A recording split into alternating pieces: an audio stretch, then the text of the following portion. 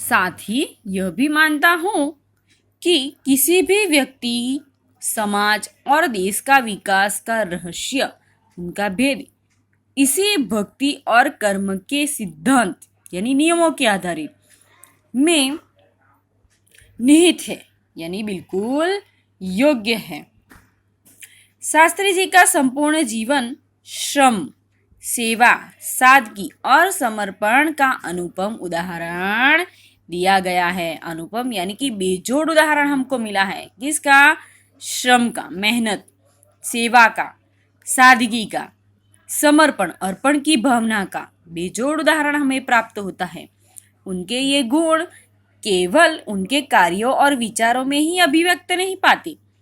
विचार कैसे कि किसी के सामने कैसे पेश करते हैं उन्हें नहीं पाते, बल्कि उनको देखने से ही इन सभी भावों का एहसास होता है। क्या? तो अनुभव होता है कि उनको देखने ही मात्र से उनको अनुभव होता है, हो जाता है। उनके अपने व्यक्तित्व की में विचारों का अनोखा समन्वय था। क्या? तो उनके व्यक्तित्व में विचारों का अनोखा अलग ही प्रकार का समन्वय यानी कि मेल दिखता है। वह जो कुछ भी कहते थे वही करते थे। उन्होंने जो कुछ कहा वही किया। जो कुछ कहते थे वही वह करते थे। जो कुछ भी करते थे वह एकमात्र राष्ट्र लाभ कि राष्ट्र के लाभ के भावना से प्रेरित होकर उन्होंने किया था। मुझे लगता है कि यह उनके चरित्र की एक बहुत बड़ी विशेषता दिखाई देती है, जिसके कारण देशवासी उन पर इतना अधिक विश्वास करते थे और उन्हें चाहते भी थे। पंडित नेहरू की समृद्ध राजनीतिक विरासत यानी उत्तराधिकारी को संभालना और उसे आगे ले जाने का काम, इसी राजनीतिक विरासत को आगे ले जाने का काम किसका था?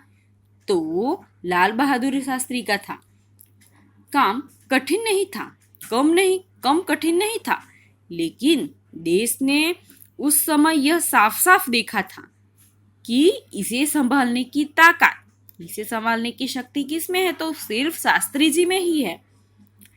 और शास्त्री जी ने अपने निर्मल चरित्र और दृढ़ संकल्प शक्ति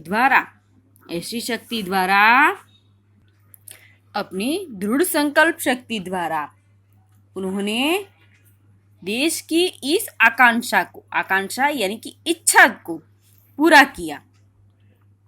शास्त्री जी की एक सबसे बड़ी विशेषता यह थी कि वे एक सामान्य परिवार में पैदा हुए थे। सामान्य परिवार में ही उनकी परवरिश वह बड़े हुए थे और जब वे देश के प्रधानमंत्री जैसे महत्वपूर्ण पद तक पहुंचे तब भी वह सामान्य ही बने रहे।